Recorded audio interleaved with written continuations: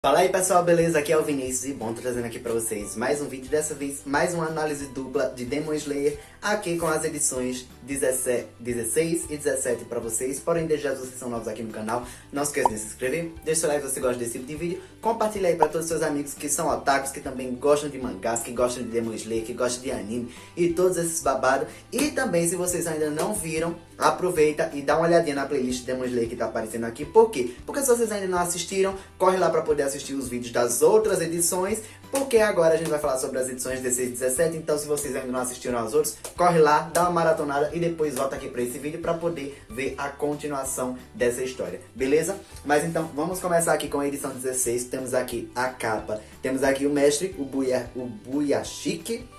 Temos aqui também a esposa dele e o Corvo. Essa capa aqui tá linda, uma das minhas favoritas de Demon Slayer. Aí temos aqui o outro lado que tem a pequena sinopse, aquela mesma linhagem de cores.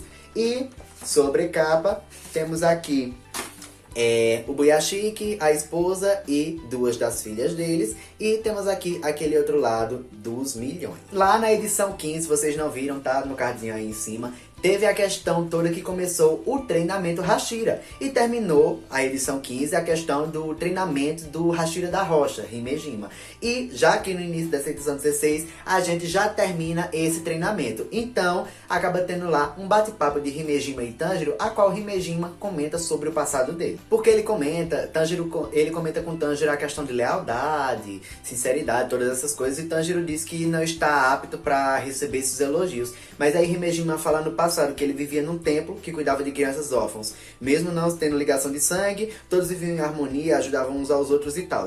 Mas uma certa noite, uma das crianças desobedeceu às regras de retornar ao templo antes do anoitecer e acabou se deparando com o Oni. Para salvar a si mesmo, o garoto disse ao Oni que podia devorar a mim e as outras 8 crianças do templo.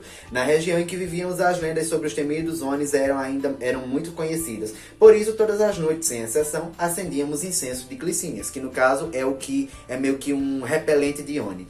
Então, o garoto apagou os incensos, se livrou deles e convidou o Oni para dentro do templo. 4 crianças foram mortas de imediato. Eu tentei proteger as outras 4, mas 3 delas não quiseram me ouvir. Na época, eu era muito magro porque tínhamos pouca comida, além de ser uma pessoa retraída. Nunca tinham me ouvido falar alto. Eles devem ter julgado que um adulto cego não poderia ajudá-las em nada. A única que me obedeceu foi a menina mais nova. Seu nome era Sayo. Enquanto as outras 3 crianças fugiram sem contar com a minha ajuda, somente ela se escondeu atrás de mim. Elas morreram tendo suas gargantas rasgadas em meio à escuridão. E então eu decidi que lutaria e faria de tudo para proteger pelo menos a Sayo. Ao bater em uma criatura viva, senti como se estivesse no inferno. Nunca vou me esquecer daquela sensação desagradável. Foi a primeira vez na minha vida que brandi meus punhos com tudo. A força era tanta que até eu me surpreendi. Se não tivéssemos sido atacados pelo Oni, eu jamais teria descoberto a minha própria força. Eu continuei socando e esmagando a cabeça do Oni até o amanhecer. Perdi um monte de coisas naquela noite. Mesmo ferido, arrisquei a minha vida para proteger a Sayo. Entretanto, quando pessoas vieram nos ajudar, ela disse: ele é um monstro. Foi ele que matou todo mundo. E nessa hora eu fiquei sem chão. Esse foi o motivo do meu colapso, doutor. E acabou com que Himejima foi preso e acabou com que ele acabou sendo solto pela questão de o Buyashiki, que o Buyashiki acabou chegando lá, que foi na época que ele estava recrutando pessoas para se tornarem Hashiras. Nós temos logo em seguida um grande encontro, a qual Muzan Kibutsuji chega lá na mansão Ubuyashiki e ele se encontra com o mestre. E enquanto isso, os Hashiras estão a caminho, depois de uma longa conversa entre Muzan e Ubuyashiki, os Hashiras estão a caminho para poder defender o mestre porque souberam da invasão na mansão. Então, no meio do caminho dos Hashiras indo para lá, acontece o quê? Explosão. Tchacabum, tchacabum, tchacabum. A mansão Ubuyashiki explode. Gente, todo mundo entrou em pânico nessa hora, inclusive quem tava lendo, ou seja, eu. E Muzan ficou muito danificado nessa questão, danificado, ferido, ficou todo estraçalhado. Mas eis a questão que, claro, não seria o suficiente para ele morrer. De repente, surgem sementes de carne, a qual é um jutsu de sangue demoníaco, e se transforma em espinhos, a qual atravessa o corpo de Muzan, e Muzan fica basicamente preso. E não bastasse isso, ainda chega Senhora Tamayo, a qual ele pega e começa a absorver ela, sendo que quando ele começa a absorver ela tá com um fármaco. É um fármaco, né? Fármaco, que no caso é um remédio capaz de fazer Eita, é um remédio capaz de fazer ele voltar a ser humano. E ainda para completar, vem Himejima e explode a cabeça dele com o babado lá, mesmo sabendo que ela vai se regenerar em tipo milésimos de segundos. Porque eis a questão, o Buyashiki tinha todo um babado assim de previsão, como se fosse... Ele era meio sensitivo, então ele previu que Muzan Kibutsuji chegaria lá em 5 dias. Então ele arquitetou todo um plano, inclusive se sacrificar, até porque o Buyashiki já estava basicamente nos seus últimos dias de vida. Então vamos fazer o seguinte, eu vou me sacrificar e vou sacrificar a minha família, porque ele sacrificou não só ele mesmo, como também a sua esposa e as suas 2 filhas mais velhas. E ele contou com a ajuda de Himejima para poder explodir a cabeça de Muzan Kibutsuji e tudo mais. Beleza, e aí, gente, começa todo o cabaré e chega lá todos os Hashiras, todo mundo pronto lá para utilizar a sua respiração. E, gente, o babado tá pegando fogo, porque aí, de repente, quando eles vão usar o seu ataque... portas sob os seus pés e todos eles caem aonde? Nada mais, nada menos do que dentro do Castelo Infinito. Planejaram me encurralar com isso? O lugar para onde vocês vão agora é o inferno. Essa noite eu matarei todos vocês, odiosos caçadores de Onis. Você tá passado? Eu não esperava que esse cabaré todo do Castelo do Infinito fosse começar agora na edição 16. Tá todo mundo agora lá dentro do Castelo do Infinito, correndo pra todo lugar. Oni pra tudo quanto é lugar, porque o que não falta lá é Oni. Pelo menos não são aqueles Onis tipo, boca de se lascar. Mas tem um bocado de Oni. Shinobu acaba encontrando o segundo Jougen, Doma, a qual foi ele que matou a sua irmã mais velha. E nisso, gente, Shinobu tá lá, tá com raiva, ela vive com raiva. Inclusive Tanjiro pegou e disse, você tá com raiva. Ela não transmitia estar com raiva, mas ela sempre estava com raiva pela questão dos Onis, que os Onis mataram a família dela, inclusive matou a irmã mais velha dela, que era a única pessoa que tinha lhe restado. Inclusive matou também as suas aprendizes. Então, agora o que resta? Raiva, e essa raiva vamos descontar em Doma. Sendo que aquela questão, a espada de Shinobu, ela não é feita para cortar, em si para perfurar. E no que ela perfura, ela acaba inserindo veneno de glicínia nos Onis.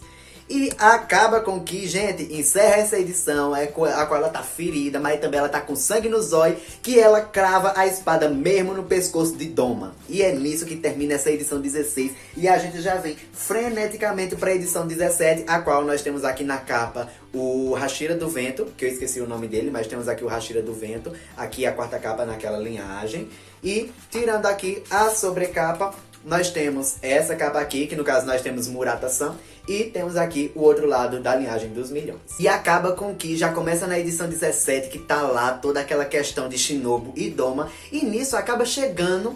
Eita, como é o nome dela?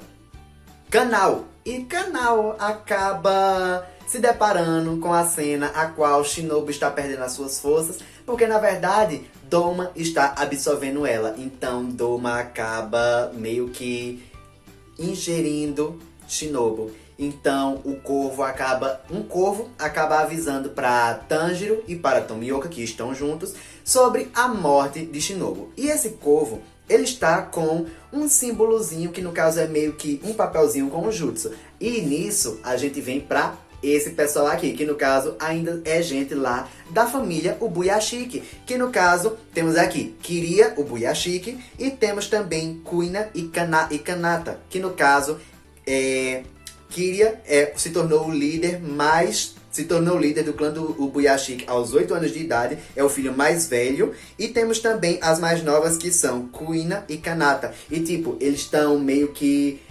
fazendo uma ajuda no pessoal lá na questão do Castelo do Infinito. Meio que eles estão aqui com esses papéis, esses mapas, tá ajudando todo mundo. E a gente finalmente vem para uma parte da história que dá ênfase em Zenitsu, a qual, nessa parte da história, Zenitsu acaba se encontrando com Kaigaku, que no caso era meio que, na época que ele treinava junto com o seu avô, esse cara, ele era meio que o seu superior na questão de tipo assim, era meio que a pessoa a qual ele devia se espelhar, porque ele era uma pessoa com mais treinamento e tudo mais.